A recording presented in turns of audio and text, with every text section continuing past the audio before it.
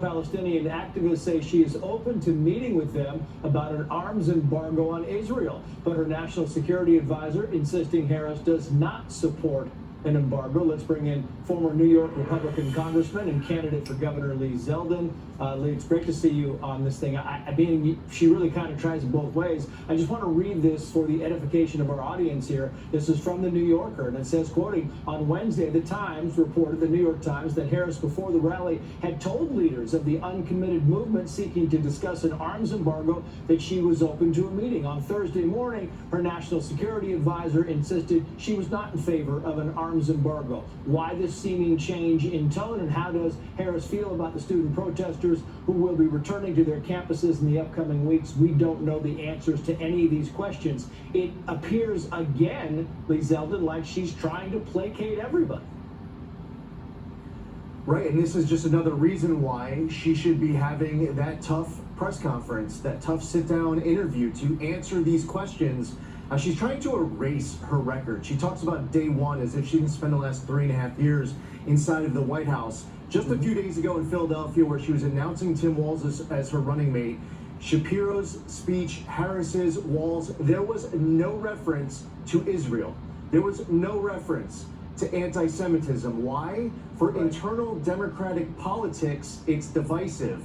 So for people who are concerned about her record in the past and what she would do as president, it's happening in front of all of us, and she's refusing to confront this stuff head on.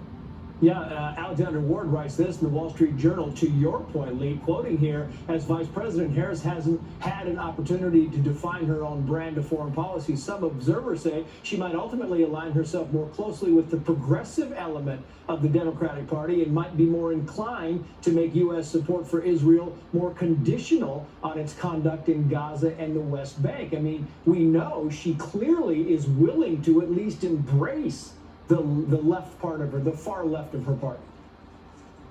Yeah, look what just happened with the visit by Bibi Netanyahu, giving a speech before Congress, and she chooses to boycott it to go speak to a sorority. And then the next day she sits down with Bibi, comes out to the public, and is talking about all these different terms that she is insisting that Bibi meet.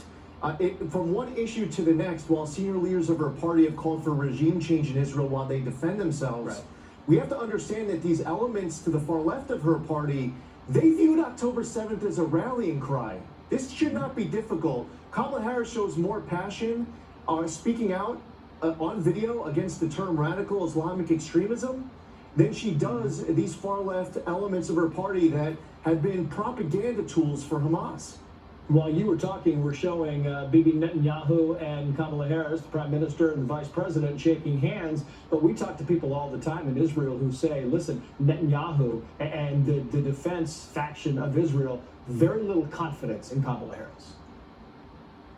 When President Trump was in office for 4 years, President Trump was delivering on promises that were very elusive for candidates and presidents of the past, like moving the embassy in Israel to Jerusalem, the Abraham Accords, Golan Heights, recognizing Jerusalem as the capital of Israel. That list goes on. So for people who want to make a decision this November, you can compare the last 3.5 years to the prior 4 years before that, and it's very clear what would be best for strengthening the U.S.-Israel alliance, the relationship, and that bond. Yeah, I got to go. I want your thoughts quickly. What do you think about, and why do you think she passed on Josh Shapiro? All the people speaking up about the fact that he was Jewish. I mean, the idea that they didn't pick Josh Shapiro because in an interview he said he was interested in doing things as vice president, like, that's your spin? Really? I mean, I would want somebody to be qualified to be vice president because they're saying that they're interested in doing things as vice president. And listen, they still have not addressed this elephant in the room. And again, at that rally announcing Walz, none of them, all three of them, they didn't even mention Israel or Judaism or anti-Semitism. Shapiro mentioned his faith, but he still didn't talk about the actual substantive issues. Lee Zeldin, great to have you on the show as always. Thank you, sir. Thank you. Well, President Biden's former senior